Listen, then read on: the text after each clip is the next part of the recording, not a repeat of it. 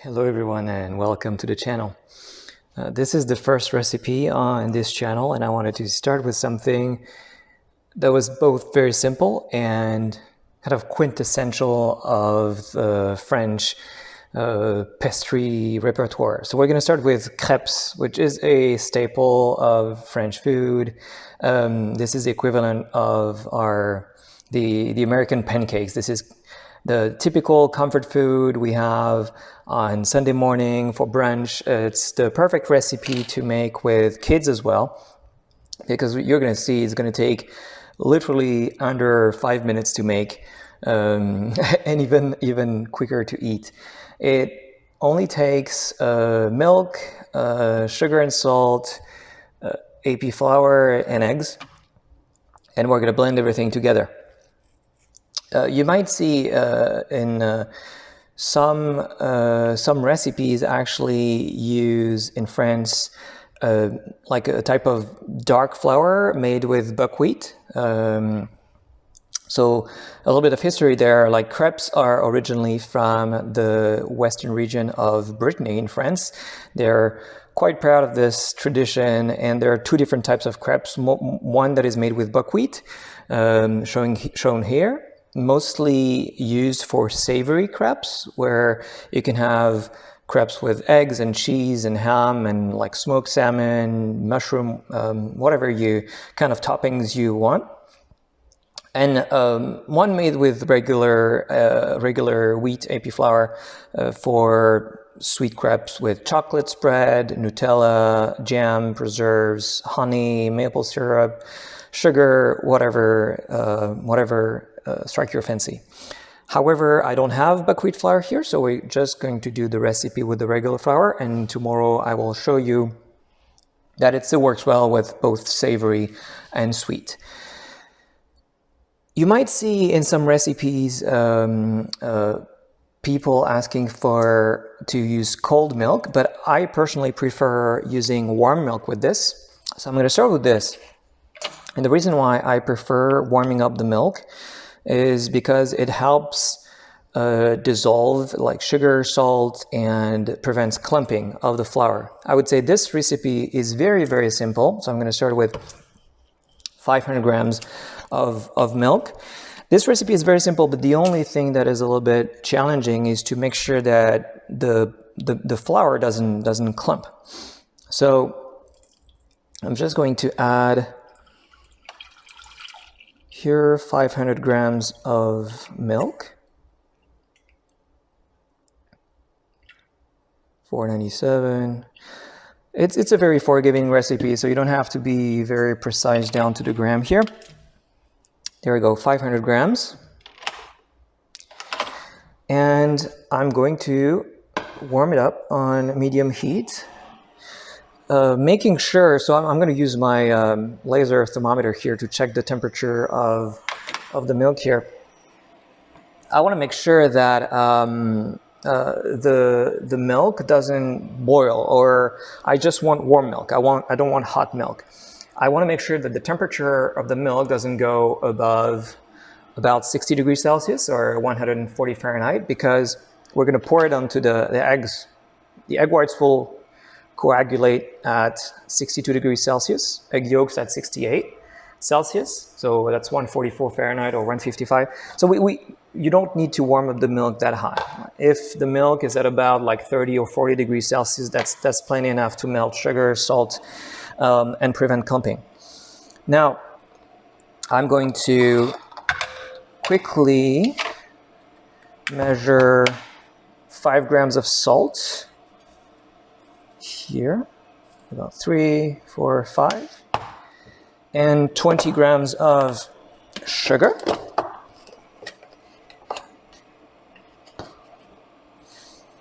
And I'm going to add this to the milk right away. Done with the sugar and salt. Adding this directly into the warming milk. Now, next up, we also need 150 grams of eggs, which if you have store-bought eggs that are highly calibrated, one egg is about 50 grams, so we need 150. But if you have eggs in your backyard from your own hens, you want to weigh the eggs.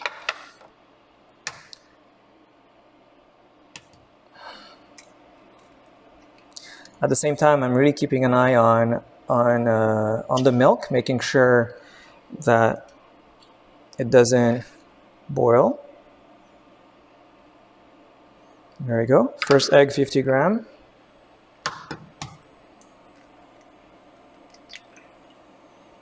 $100.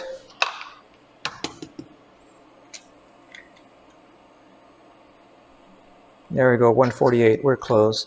So, as I said earlier, this is a very forgiving recipe. No need to be absolutely precise on this one.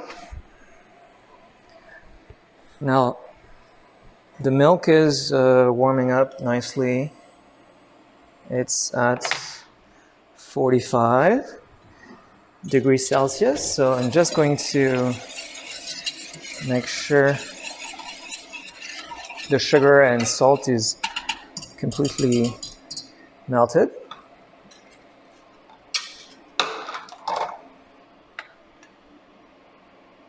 There we go. And I can turn it off. So you see it's been maybe 1 or 2 minutes max, medium heat. It's about 50 degrees Celsius.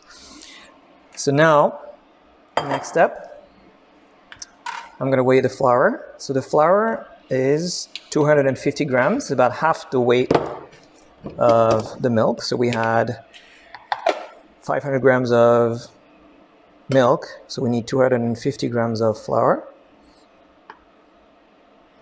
It's 80 grams, 150, 200,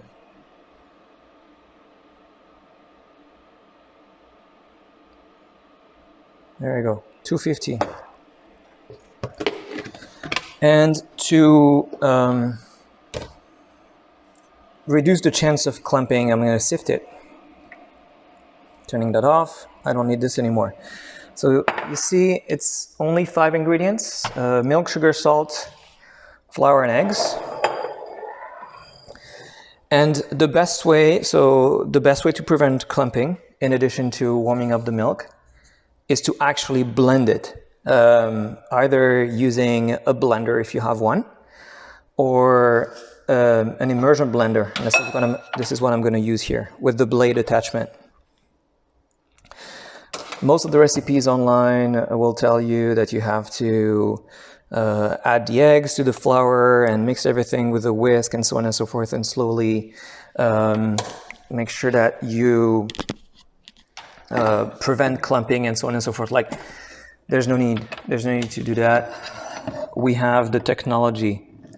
So I'm going to go ahead, pour the warm milk on top and all of the sugar and salt as well. You see it's nicely warming up. And I'm going to sift the flour on top.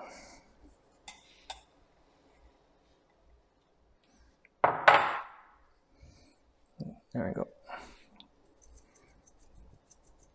I'm going to sift everything, removing all the little clumps. There we go. This is done. And now we're good to go. Be careful with this tool. This is very, very powerful. You don't want to put your fingers in there. So I'm going to go down at the bottom and start blending.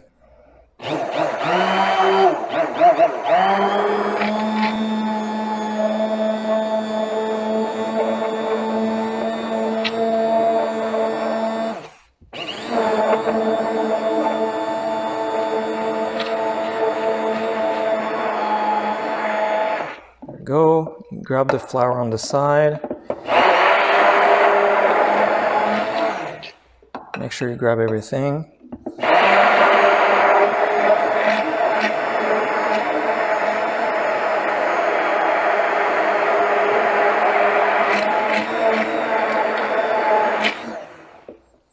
There we go. Now, you might see that I have some dry flour that stick to the blade itself, so you want to grab this as well. Make sure that you grab everything and blend the rest.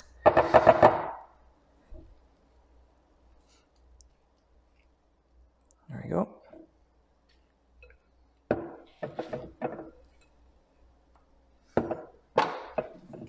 And keep blending.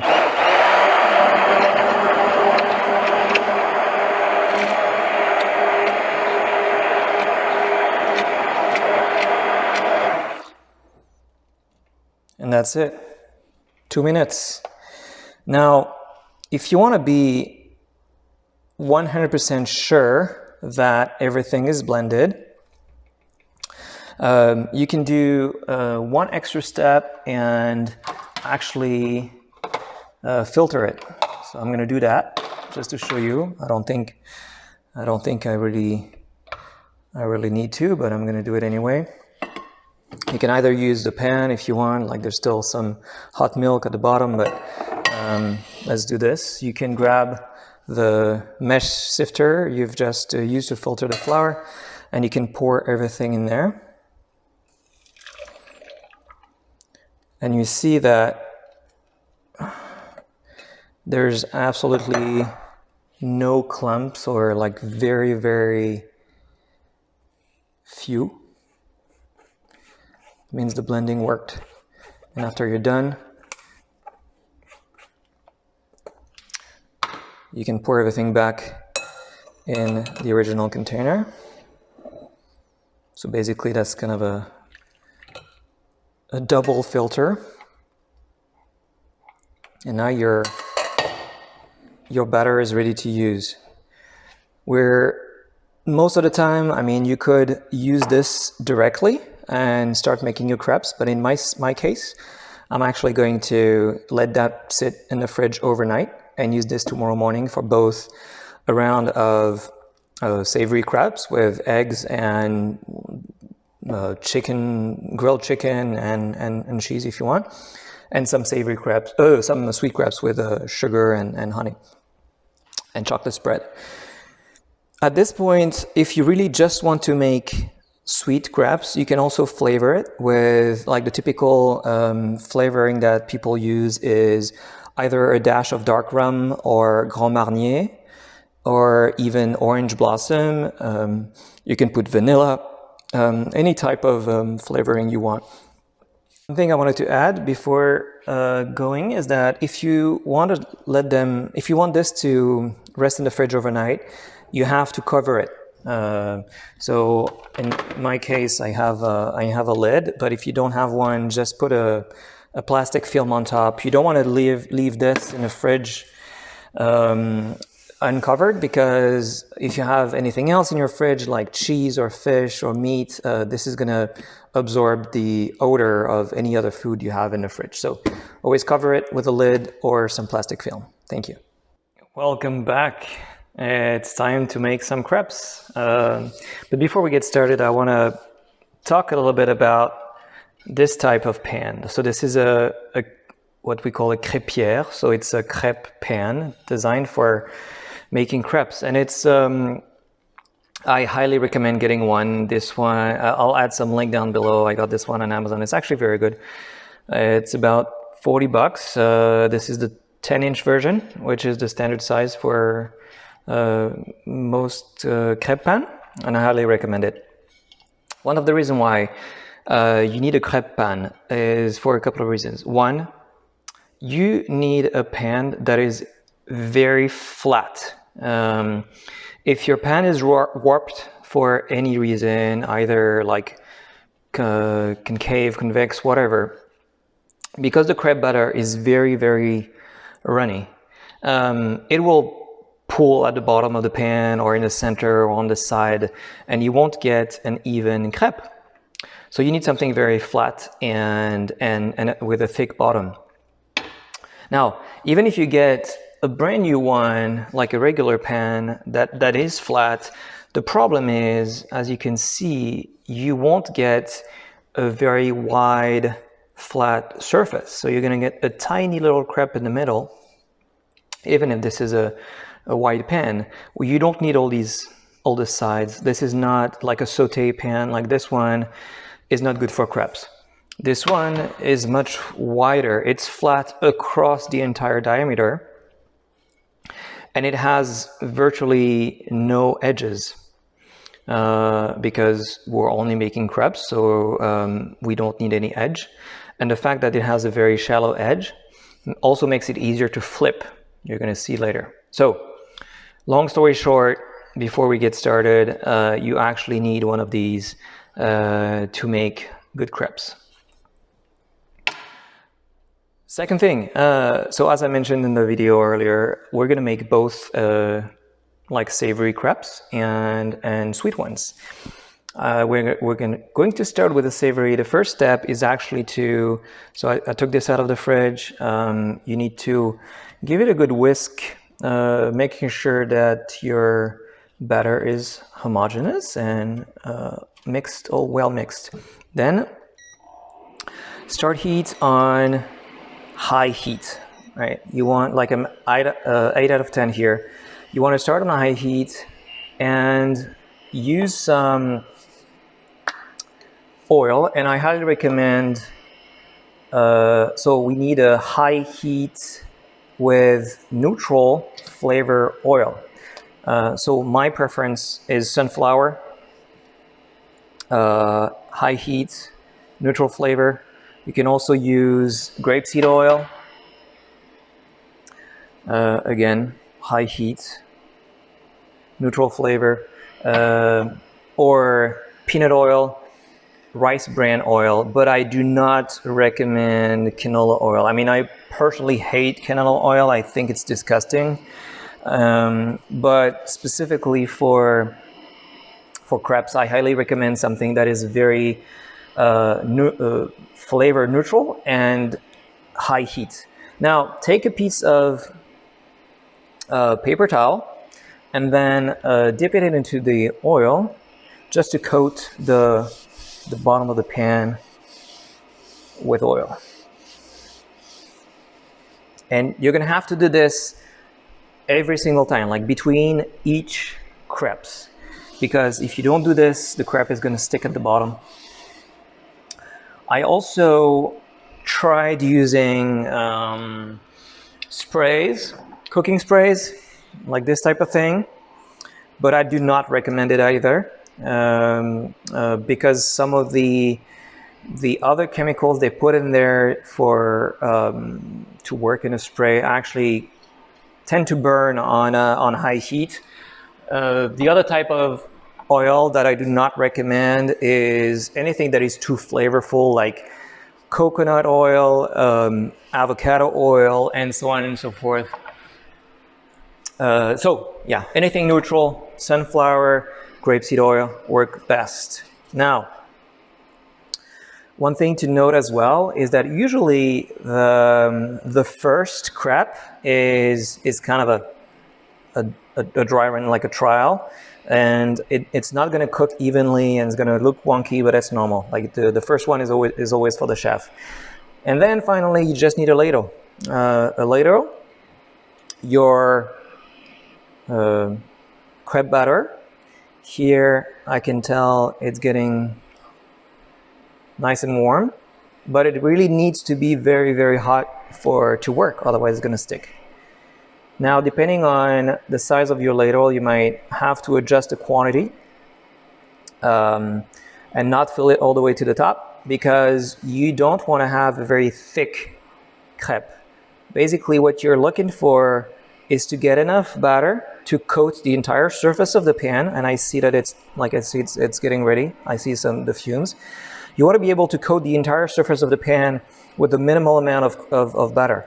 Now, you have about, this is kind of the trickiest part of the whole recipe, and it takes a little bit to get used to it. You have to coat the entire thing within 3 or 4 seconds, otherwise you're going to end up with something that is uneven. So you start on one side and roll all the way around until you cover the entire surface. That's it. In one fell swoop. And now you wait. It should only take about 30 seconds on each side.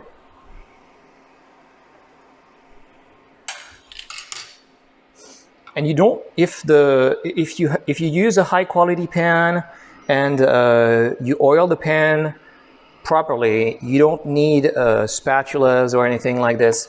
Just shake it a little bit so it's not cooked, it's not ready, but when it's ready, it should be able to you should be able to basically flip it without the spatula. See, it start almost ready. But as I said, you might, for the first one, you might have to help it out a little bit. See, there we go. Now, as soon as the crêpe is no longer sticking to the surface, it means the first side is ready, and you just flip it. Oop. Just flip it. There we go. And another 30 seconds on the other side. As I said, like here, I waited long enough for the pan to be very hot, so this one is okay. But I'm gonna set it aside and start making the savory crêpe with the second crêpe. All right, you can see the bottom is getting ready. Maybe 30 seconds to 1 minute maximum. And we should be good to go.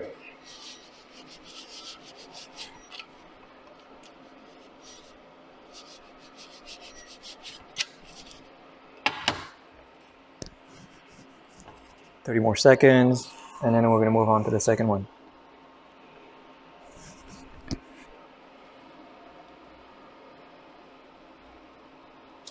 Okay, so I think this one's ready.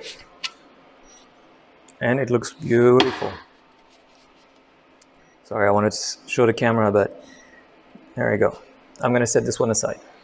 Now the surface of the pan is very clean, so I don't have any more oil. So again, I need to add oil every single time. Just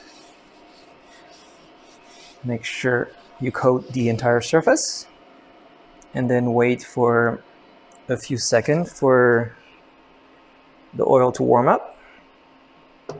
It's on high heat now, 9 out of 10, so it shouldn't take long. All right, it's fairly warm. I'm going to head. Again, you have about 3-4 seconds to coat the entire surface of the pan, so you have to be careful.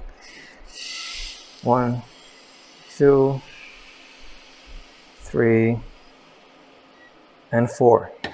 That's it.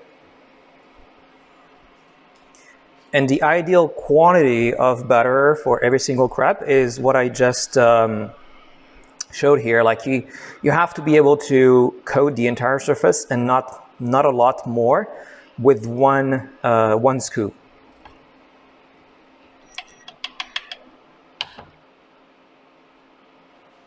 Now, the first side should take about 30 seconds.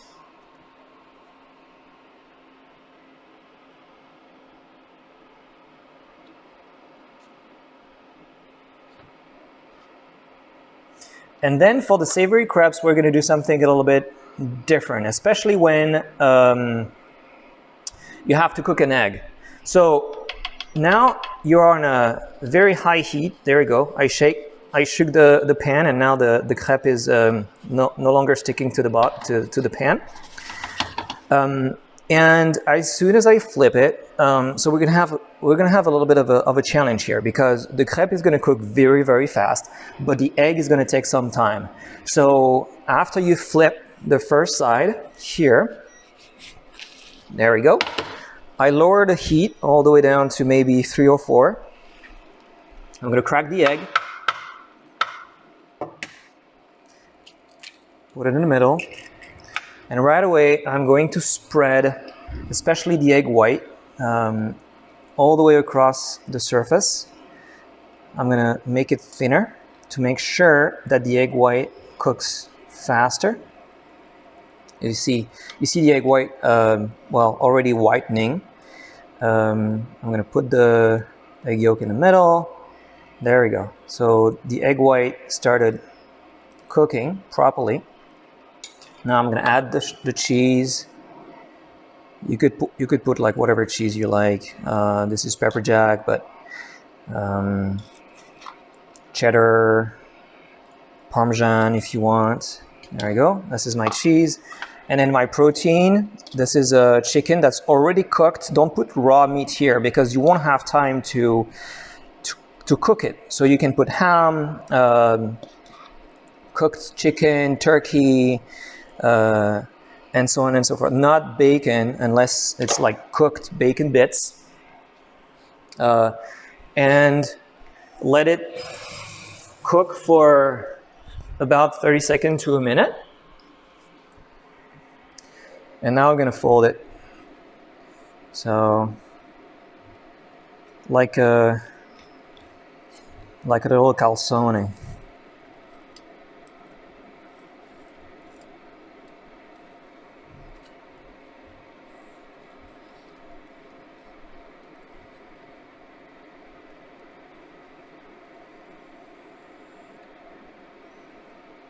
There we go.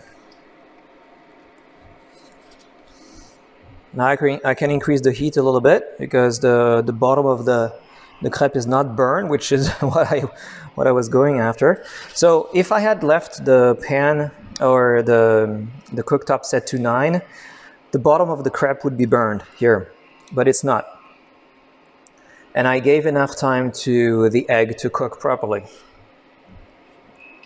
There we go. Now I think the egg white is fully cooked. The egg yolk is probably runny, which is what I'm looking for. All the cheese is melted, and it looks delicious. Now, if you'll excuse me,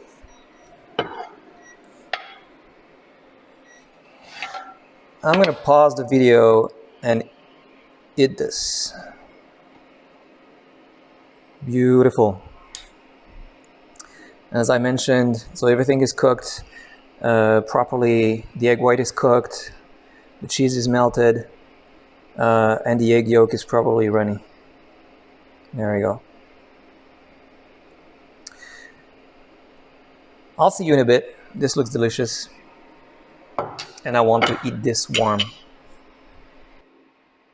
Well, that was delicious. Sorry for the wait. Now, how about dessert? So, same process again. Coating the bottom of the pan with oil, like a very thin layer. Wait for the pan to be very, very hot. And then we're going to talk about toppings a little bit. What I want to make today and show you my all-time favorite, it's the classic chocolate banana coconut combo, or also known as Nutella banane coco in French. In France, we use a lot of Nutella, but I mean, we all know the controversies about Nutella and palm oil and everything. So you can use any other chocolate hazelnut spread, or you can make your own. We're probably going to have a video on the channel at some point about how to make your own healthy Nutella at home. But I like this brand, Nocciolata. You can also basically put, on a crepe, you can put anything you would put on a pancake or a waffle, like honey, sugar, maple syrup, fruits, berries, whipped cream, whatever. So now I think the pan is hot. I'm just going to make my dessert crepe. Same process as always. 1, 2, 3, and 4.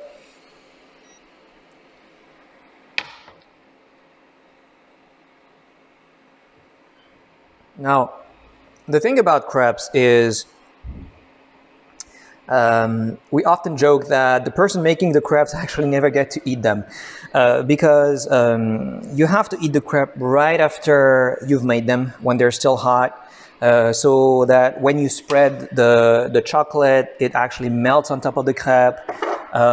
Same with obviously savory crepes. You have to eat them when they're warm. Now I always shake the pan to make sure that it doesn't stick to the bottom. I think it still needs a little bit more. There we go. Doesn't stick anymore, so we can flip it.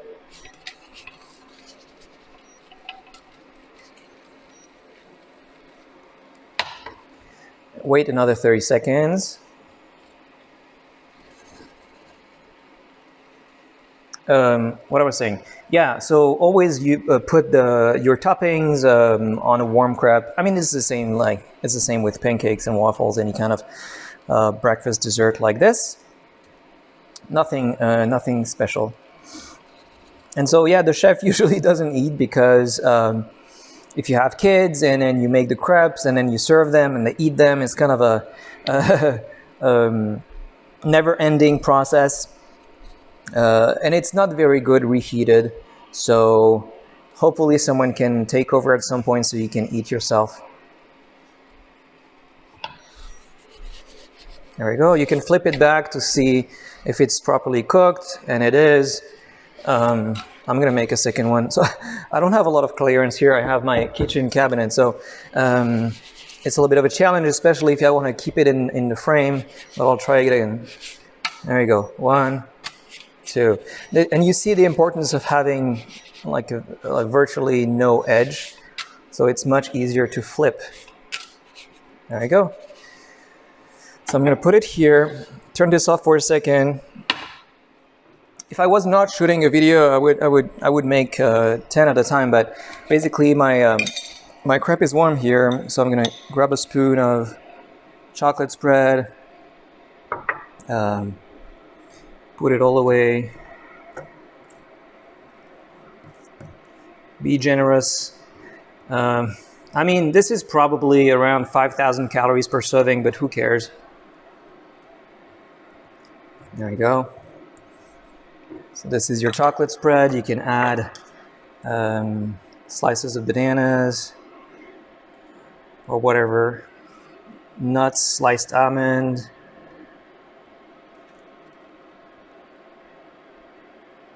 There you go. And then a little bit of shredded coconut that I toasted previously.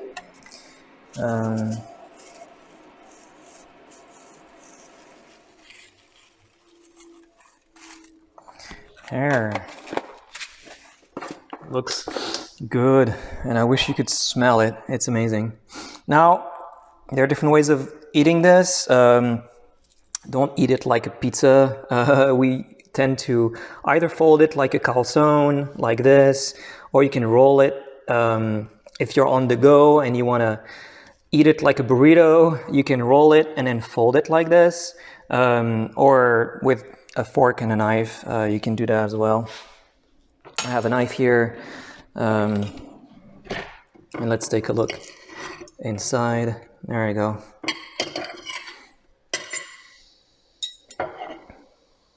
This is what it looks like.